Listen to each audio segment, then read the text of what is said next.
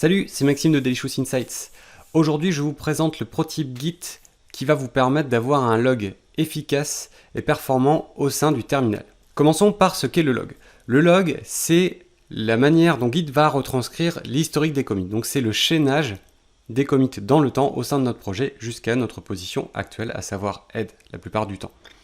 Donc on va l'utiliser en général pour nous resituer par rapport à ce qu'on a réalisé nous-mêmes déjà au sein du projet, ou en tout cas avec notre équipe, ou alors simplement pour analyser l'état actuel du projet dans sa globalité, donc le schéma des branches. Le principal problème du log dans le terminal, c'est que ça va ressembler de base à ça. C'est-à-dire que je vais me retrouver avec, par rapport à ce que j'ai demandé, la liste des commits de l'historique demandé, avec beaucoup de détails, mais surtout du détail sur plusieurs lignes. C'est-à-dire que pour un commit donné, je vais avoir un bloc complet comme ça, qui va me donner une ligne avec l'information que c'est un commit, et l'identifiant donc sur 40 caractères, une ligne avec l'auteur du commit, une ligne avec la date du commit, un saut de ligne, ensuite le message sur une ou plusieurs lignes selon ce qu'on a renseigné, et ensuite un nouveau saut de ligne. Donc c'est très aéré, c'est très, on va dire, complet comme information. Par contre, pour ce qui est de la notion de branche, d'arborescence, de graphe, là on n'a rien du tout. En plus, cet affichage, on pourrait très bien l'avoir sous une forme beaucoup plus concise, avec justement tout aligné sur une seule ligne. Alors modulo, bien évidemment, le message de commit, c'est-à-dire que si on a renseigné un message de commit, soit trop long, soit sur plusieurs lignes, à ce moment-là, on risque d'être embêté. Git nous fournit pas mal d'options d'affichage pour le log, justement pour nous permettre de spécifier l'affichage désiré.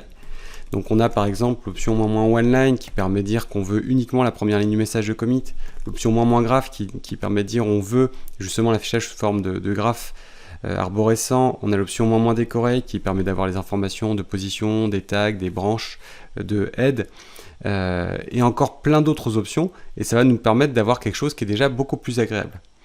Par contre, le gros problème ici, c'est que d'une part, ce n'est pas l'affichage par défaut, ce qui est très regrettable, et surtout que faut connaître les options et puis il faut commencer à toutes les taper les unes après les autres, ça commence à être très long. Heureusement, Git nous permet de définir nos propres alias de commandes, ce qui fait que, par exemple ici, si je reprends mon exemple précédent, je vais pouvoir au global définir un alias que je vais appeler par exemple betterlog, et auquel je vais dire de faire un log "-graph", donc "-one-line", "-decorate".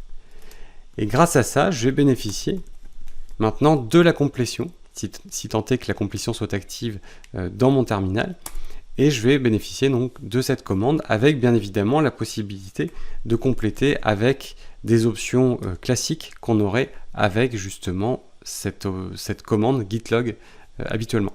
Chez Delicious Insights, on a un log qui est un petit peu plus complexe puisqu'on va non pas utiliser les options "-one-line" et "-decorate", mais on va utiliser une option qui s'appelle "-pretty" qui nous donne accès à une palette encore plus large d'éléments au niveau de l'affichage. Et on a choisi d'appeler notre alias gitlg, comme ça c'est plus facile à taper. Et bien évidemment, comme je vous disais, on peut lui passer les options comme précédemment. Donc là on a quelque chose de très complet. On a nos identifiants de commit raccourcis, puisque un SHA-1 peut être identifié à partir des 5 premiers caractères. Donc ici, Git a choisi d'utiliser 7 premiers caractères. Si jamais il y a une ambiguïté, de toute façon, si vous utilisez ces identifiants, il vous le dira et vous suggérera justement les autres identifiants complets. On a ensuite l'information donc de position éventuelle, donc on a head, les noms de branches, locale et distante, selon ce qu'on aura renseigné en tout cas en paramètres. On a ensuite la première ligne du message de commit, donc attention aussi à la longueur que vous allez renseigner dans vos messages, l'information du committer, donc qui a créé le commit, et donc la date qui est interprétée pour dire depuis combien de temps ça a été fait, donc ici par exemple le dernier il y a 4 mois.